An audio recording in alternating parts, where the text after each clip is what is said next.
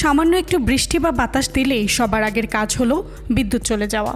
সেখানে এখন রীতিমতো ঘূর্ণিঝড় বন্যা হয়েই যাচ্ছে, আর আমরা বাড়তি কষ্ট হিসেবে পাচ্ছি লোডশেডিং।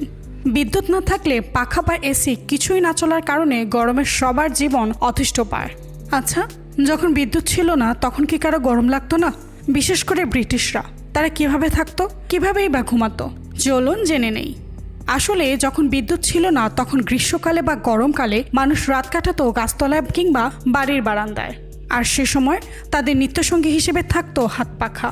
এখন দেশের আবহাওয়ার সাথে তো দেশের মানুষের সখ্যতা ছিল বলেই তারা তা মানিয়ে নিতে পারবো। তবে মনে প্রশ্ন উকি দেয় যে ব্রিটিশরা কিভাবে এই তীব্র তাপকে সহ্য করত।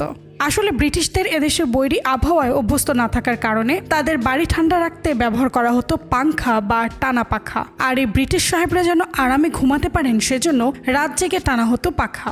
আর এই পাখা টানাকে কেন্দ্র করে উদ্ভব হয় পাংখাওয়ালা বা পাংখা পুলার নামের এক পেশা। যদিও পরবর্তীতে ব্রিটিশদের দেখা দেখে এদেশের সচ্ছল ও অভিজাতদের বাড়িতেও প্রচলন শুরু হয় এই পাংখার। সাধারণত উপনিবেশিক আমলে ভারতীয়দের প্রতি ব্রিটিশদের আচরণ ছিল বেশ নির্মম, প্রভুসুলভ আচরণ করত তারা। পাংখাওয়ালারা ইংরেজদের আরামের ঘুম ও আয়েশ নিশ্চিত করলেও ইংরেজরা তাদের কখনো ধারে কাছে ঘেঁষতে দিতেন না।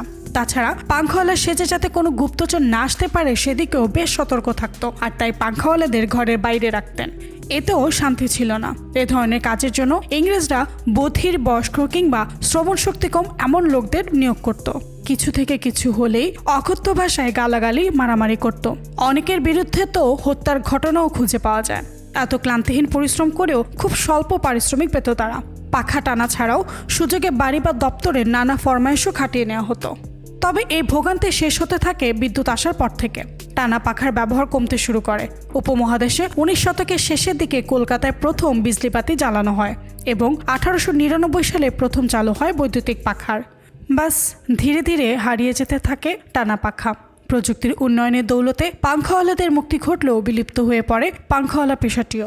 তবে এই বিলুপ্ত পেশা হারালেও ইতিহাস চিরকাল ব্রিটিশ উপনিবেশিকদের বর্বরতার সাক্ষ্য বহন করবে।